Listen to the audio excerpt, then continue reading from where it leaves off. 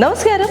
സത്വ ആയുർവേദ ആയുരാരോഗ്യ സെഗ്മെന്റിലേക്ക് എല്ലാ മാന്യപ്രേക്ഷകർക്കും സ്വാഗതം. ഞാൻ അഞ്ജു ശ്രീകണ്ഠൻ. അബുദാബിയിലെ ഇലക്ട്ര സ്ട്രീറ്റിലുള്ള സത്വ ആയുർവേദയെ കുറിച്ചിട്ടുള്ള കംപ്ലീറ്റ് ആയിട്ടുള്ള ഒരു സെഗ്മെന്റ് ആണ് ഇന്ന് പ്രേക്ഷകർ കാണാൻ പോകുന്നത്.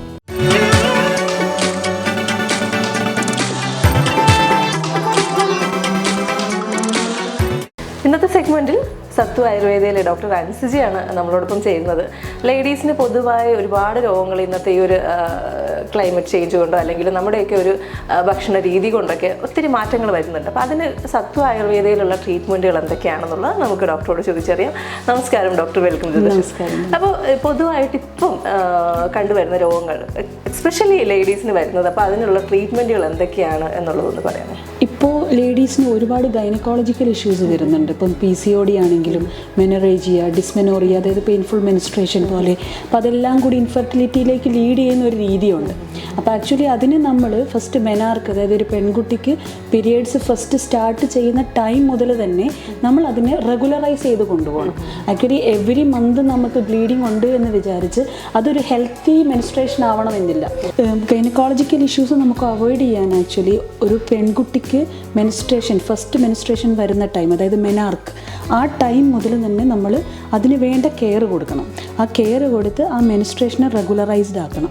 കാരണം എവറി മന്ത് ബ്ലീഡിങ് ഉണ്ട് എന്ന് വിചാരിച്ചിട്ടത് ഹെൽത്തി ആവണമെന്ന് നിർബന്ധമില്ല. ആ പ്രോപ്പർ ടൈമിൽ ഓവുലേഷൻ ഉണ്ടാവണം. അപ്പം അതുകൊണ്ട് തന്നെ ഹോർമോണൽ ഇംബാലൻസ് വരാനുള്ള സാധ്യതകൾ കൂടുതലുണ്ട്. അപ്പം അതിനെല്ലാം റെക്ടിഫൈ ചെയ്തിട്ട് ശരിക്കും ഗൈനക്കോളജിക്കൽ ഇഷ്യൂസ് നമ്മൾ from the starting it self നമ്മളത്, അപ്പം അങ്ങനെയുള്ള പീരിയഡ്സിന് ഇപ്പോൾ അതും തന്നെ ഇപ്പോൾ എല്ലാ പാരൻസും ശ്രദ്ധിക്കുന്നുണ്ട്. കാരണം ഒരു പെൺകുട്ടിക്ക് പീരിയഡ്സ് ആവുന്ന സമയം മുതൽ തന്നെ അവർ കൺസൾട്ടേഷൻ വരുന്നുണ്ട്, അവർക്ക് വേണ്ട അഡ്വൈസസ് അവർ സ്വീകരിക്കുന്നുണ്ട്. ഇപ്പോൾ ചില സമയങ്ങളിൽ ആ ഒരു റെഗുലറൈസ് ചെയ്യാൻ മെഡിക്കേഷൻ, അതായത് ബേസിക് മെഡിക്കേഷൻ നമുക്ക് കൊടുക്കാൻ പറ്റുന്നുണ്ട്. എസ്പെഷ്യലി നമ്മളിപ്പോൾ ഹൈപ്പോതലാമസ് പിറ്റ്യൂട്ടറി ആക്സിസിൽ നിന്നുള്ള ആ ഹോർമോണൽ ലെവലുണ്ടല്ലോ, ആ ഒരു അവിടുന്ന് മുതലേ കറക്ഷൻ നമ്മൾ തുടങ്ങണം. അപ്പം അങ്ങനെയൊന്നും ചെയ്യാത്തതും പിന്നെ രണ്ടാമത് നമ്മൾ ബാധിക്കുന്നത് നമ്മുടെ ലൈഫ് സ്റ്റൈലാണ്. എസ്പെഷ്യലി PCODയെ നമുക്ക് ശരിക്കും ഒരു ലൈഫ് സ്റ്റൈൽ ഡിസോർഡർ ആയിട്ട് തന്നെ പറയാം. കാരണം അതിൽ മെയിൻ കാര്യം ഇൻസുലിൻ റെസിസ്റ്റൻസ് ആണ് ഒരു റീസൺ. പിന്നെ അതിൽ ജനറ്റിക് റീസൺ ഉണ്ട്, അതുപോലെ തന്നെ ഹോർമോണൽ ഇഷ്യൂ ഉണ്ട്. പക്ഷേ എന്നിരുന്നാൽ കൂടി അതെല്ലാം ഒന്ന് പിന്നെ ഓവർലാപ്പ് ചെയ്ത് മീൻസ് കൂടുതലായിട്ടും ഇഷ്യൂസ് ഉണ്ടാക്കുന്നത് ഈ പറഞ്ഞ ലൈഫ് സ്റ്റൈൽ ഡിസോർഡേഴ്സാണ്. ഒരു സെഡൻറ്ററി ലൈഫ് സ്റ്റൈൽ, അതുപോലെ ഇൻസുലിൻ റെസിസ്റ്റൻസ്, അതായത് ജങ്ക് ഫുഡ് ഈറ്റിംഗ്, അതുപോലെ ഷുഗർ. സോഫ്റ്റ് ഡ്രിങ്ക്സിലൊക്കെ എന്ന് പറയുന്നത് നമ്മൾ മധുരം ഉണ്ടോ ഇല്ലയോ എന്നുള്ളതല്ല, പക്ഷെ അത്രയും ഷുഗർ കണ്ടൻറ്റ് നമ്മുടെ ബോഡിയിലേക്ക് പോകുന്നുണ്ട്. PCODയിൽ ആക്ച്വലി അവിടെ ഒരു ഹെൽത്തി ഓവുലേഷൻ നടക്കുന്നില്ല. അപ്പോൾ അതാണ് മെയിൻ എഗ്, അതായത് ഓവം അവിടെ റിലീസ് ആവുന്നില്ല. അതാണ് മെയിൻലി PCODയുടെ മെയിൻ പ്രോബ്ലം. അത് ഫർദർ നമ്മൾ അപ്പോഴേ റെക്ടിഫൈ ചെയ്തിട്ടില്ലെങ്കിൽ ഫ്യൂച്ചറിൽ ഇൻഫെർട്ടിലിറ്റി പോലെയുള്ള കണ്ടീഷൻ, അത് നമ്മൾ നോർമൽ കേസിൽ മാരേജ് കഴിഞ്ഞിട്ടാണ് ആക്ച്വലി നമ്മളതിനെക്കുറിച്ച്, ഇപ്പോൾ കുട്ടികൾ ഉണ്ടാവാത്തൊരു സിറ്റുവേഷൻ വരുമ്പോഴാണ് നമ്മളതിൻ്റെ ബാക്ക് ഹിസ്റ്ററിയിലേക്ക് പോകുമ്പം ആളുടെ ഈ ഒരു മെൻസ്ട്രൽ ഹിസ്റ്ററിയിൽ മൊത്തം ഈ പ്രോബ്ലം ഉണ്ട്. അപ്പം നമ്മൾ മെയിൻലി ഇപ്പം സത്വയിലാണെന്നുണ്ടെങ്കിൽ നമ്മൾ ഇത് പറഞ്ഞതുപോലെ തന്നെ കൺസൾട്ടേഷൻ നല്ല രീതിയിൽ ചെയ്ത് എഡ്യൂക്കേറ്റ് ചെയ്ത് ട്രീറ്റ്മെൻറ്റ് ചെയ്യുന്നുണ്ട്.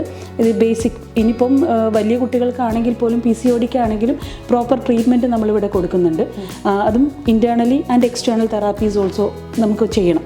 ഒരു മെൻസ്ട്രൽ ഡിസോർഡർ ഉണ്ടെങ്കിൽ, ഒരു ഗൈനക്കോളജിക്കൽ ഇഷ്യൂ ഉണ്ടെങ്കിൽ വൈ എന്നുള്ളത് നമ്മൾ ഫസ്റ്റ് കണക്കാക്കണം. എന്നിട്ട് മാത്രമേ നമുക്ക് ട്രീറ്റ്മെൻറ്റ് കൊടുക്കുമ്പം അതിനനുസരിച്ച്, ഇപ്പം സത്വയിലാണെങ്കിൽ തന്നെ പറഞ്ഞ പോലെ കൺസൾട്ടേഷൻ കഴിഞ്ഞ് നമ്മൾ ഇൻറ്റേർണൽ മെഡിക്കേഷന് വളരെയധികം ഇമ്പോർട്ടൻസ് ഉണ്ട്. അപ്പം അതിൻ്റെ കൂടാതെ എക്സ്റ്റേണൽ തെറാപ്പീസും ഈ ഹോർമോണൽ ലെവൽ തന്നെ മാനേജ് ചെയ്യാൻ വേണ്ടിയിട്ട് നമുക്ക് എക്സ്റ്റേണൽ തെറാപ്പി, ശിരോധാര പോലെയുള്ള, അതായത് മെഡിസിനെ ഡിപ്പെൻഡ് ചെയ്ത്. ഇപ്പോൾ നമ്മൾ ശിരോധാര ഒരുപാട് കാര്യങ്ങൾക്ക് നമ്മൾ യൂസ് ചെയ്യുന്നുണ്ട്. ശിരോധാര എന്ന് പറഞ്ഞ ട്രീറ്റ്മെൻറ്റ് നമ്മളതിൽ യൂസ് ചെയ്യുന്ന മെഡിസിനെ ഡിപ്പെൻഡ് ചെയ്തിരിക്കും അതിൻ്റെ ആ ഒരു റിസൾട്ട് എന്ന് പറയുന്നത്. ലേഡീസിനെ സംബന്ധിച്ചിടത്തോളം മെയിൻ ആയിട്ടുള്ള ഒരു പ്രോബ്ലമാണ് ഈ പീരീഡ്സ് റിലേറ്റഡ് ആയിട്ടുള്ള പ്രശ്നങ്ങൾ, കാര്യങ്ങൾ. അപ്പോൾ അതിനെക്കുറിച്ച് കംപ്ലീറ്റ് ആയിട്ടുള്ളൊരു ഇനി എന്തൊക്കെയാണ് ശ്രദ്ധിക്കേണ്ടത്, ഏറ്റവും എനിക്കിതിൽ തോന്നിയത്, ഞാൻ കേട്ടിട്ടുള്ള കുറേ കേസ് അല്ലെങ്കിൽ ഡോക്ടർ പറഞ്ഞതിൽ മെയിനായിട്ട് ഈ പറഞ്ഞ പോലെ പീരീഡ്സിൻ്റെ ടൈമിൽ നമ്മൾ ശ്രദ്ധിക്കേണ്ട കാര്യങ്ങൾ, സത്യത്തിൽ അതൊരു ട്രീറ്റ്മെൻ്റ് ആയിട്ട് തന്നെ ആദ്യമേ കുട്ടികളെ കൊണ്ടുവന്ന് നമ്മളത് ചികിത്സിക്കണം എന്നുള്ളതും അതിൻ്റെ ഇമ്പോർട്ടൻസും ഡോക്ടർ പറഞ്ഞു തന്നു. അത് പ്രേക്ഷകർക്ക് വേണ്ടിയിട്ട് മെയിനായിട്ടൊരു പോയിൻ്റായിട്ട് ഞാൻ എടുത്തു പറയണം. അപ്പോൾ ഇത്രയും ടൈം നമുക്ക് വേണ്ടിയിട്ട് സ്പെൻഡ് ചെയ്തതിന് thank you so much doctor. Thank U.